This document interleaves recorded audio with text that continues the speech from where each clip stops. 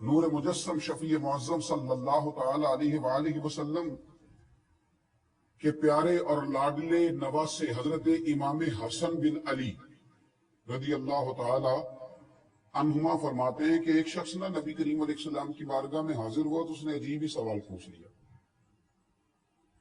امام حسن روایت کرتے ہیں عرض کرنے لگا یا رسول اللہ صلی اللہ علیہ وسلم میں ایک کمزور دل آدمی اور ضعیف بھی ہوں.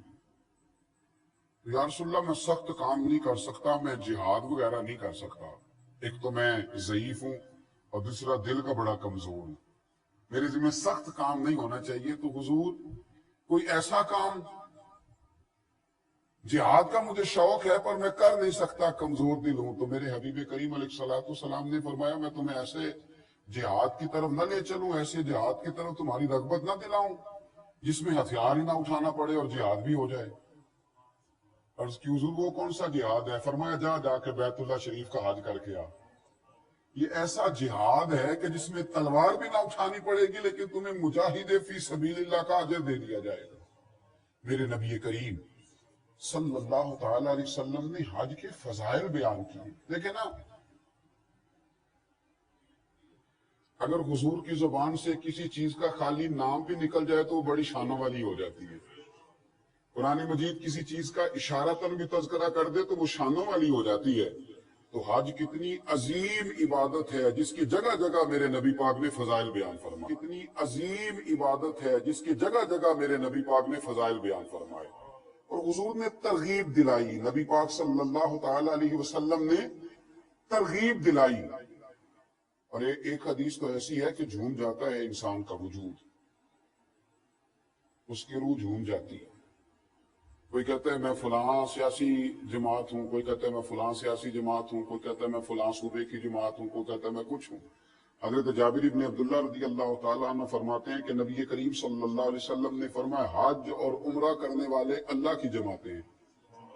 اللہ اکبر, یہ کس کی جماعت ہے؟ اللہ اکبر. حج اور عمرہ کرنے والے یہ اللہ کی جماعت ہے, حج اور عمرہ کرنے والے. اور کیا خوبصورت لفظ ہیں حدیث پاک کے, اللہ کرے یہ دلوں میں بیٹھ جائیں. اور پھر روح جو ہے وہ آواز نکالے گی کہ یا اللہ جلدی جلدی حج کی سعادت عطا فرما. فرمایا حج اور عمرہ کرنے والے اللہ کی جماعتیں ہیں. فرمایا اللہ ان کو بلاتا ہے, یہ حاضر ہوتے ہیں, تو وہ جو اس سے مانگتے ہیں رب اپنے فضل سے انہیں عطا کرتا ہے.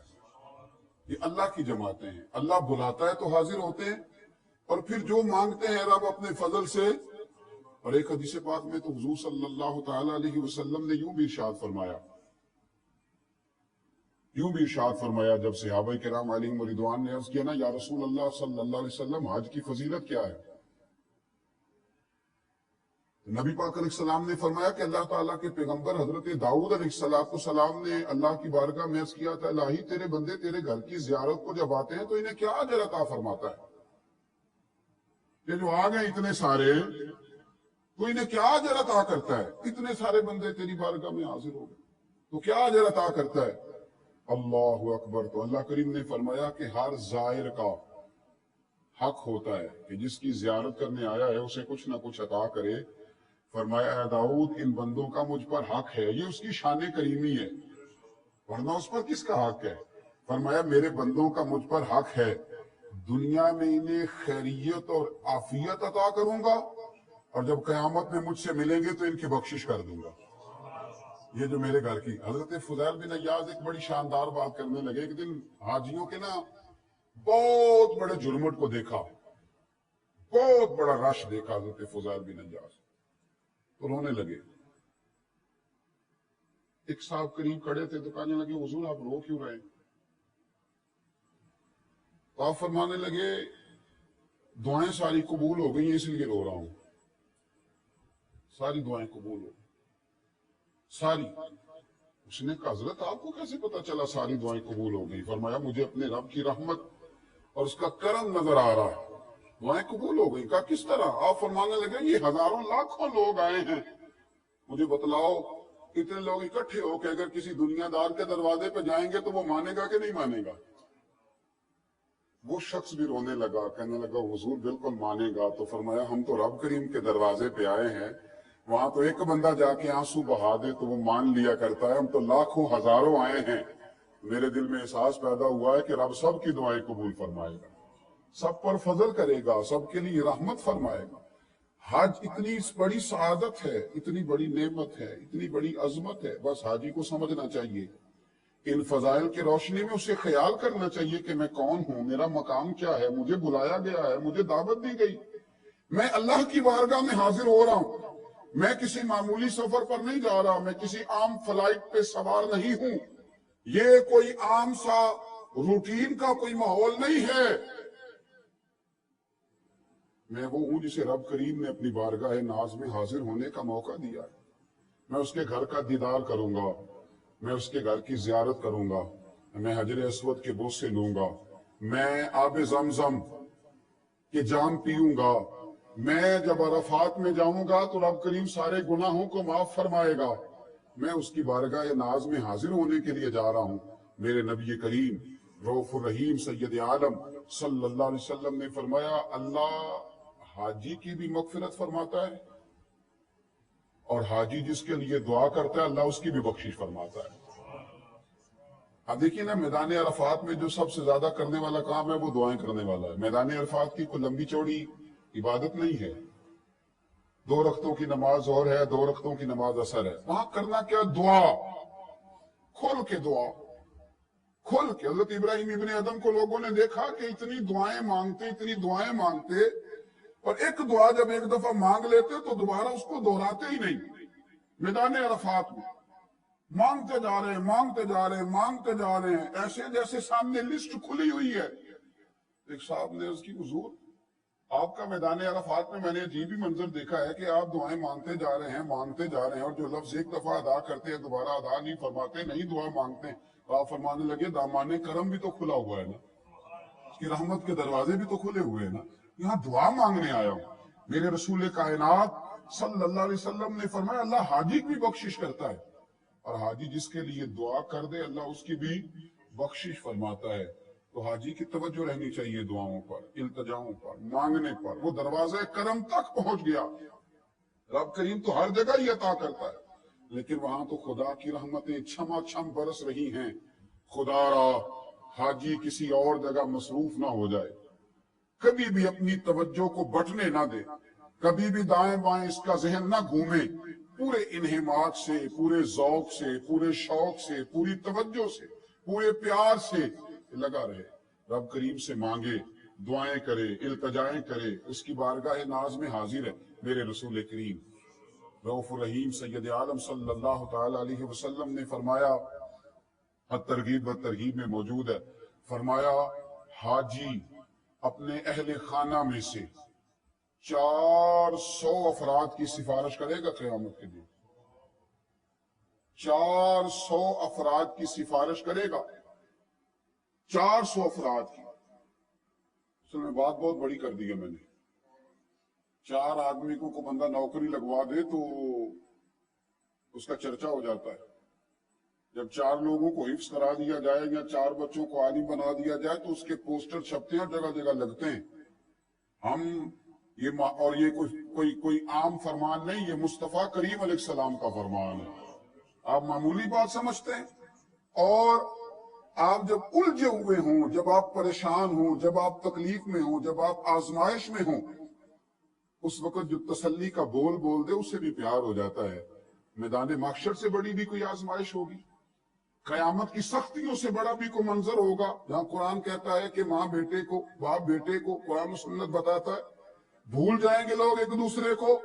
اس مقام پر حاجی اپنے آپ کو معمولی نہ جاننا، خبردار کہیں اور نہ کھو جانا، خبردار تیری تصویریں اور تیرا دنیا کو بتلانا اور تیرا ریاکاری اور تصنع کہیں تیرا ذوق نہ ضائع کر دے۔ سمجھ اس بات کو، مدینے کے چاند نے فرمایا ہے، آمنہ کے پیارے لال نے ارشاد فرمایا ہے، حضور علیہ السلام نے فرمایا، لوگو تمہارا وہ مقام ہے کہ اپنے اہل خانہ میں سے، اور میں تو کہتا ہوں اللہ کی رحمت سے بعید نہیں ہے، دوست احباب میں سے بھی اس کا کرم ہے، اس کی رحمت ہے۔ فرمایا 400 افراد ایسے ہوں گے جو حاجی کی سفارش سے اللہ انہیں جنت عطا کر دے گا۔ 400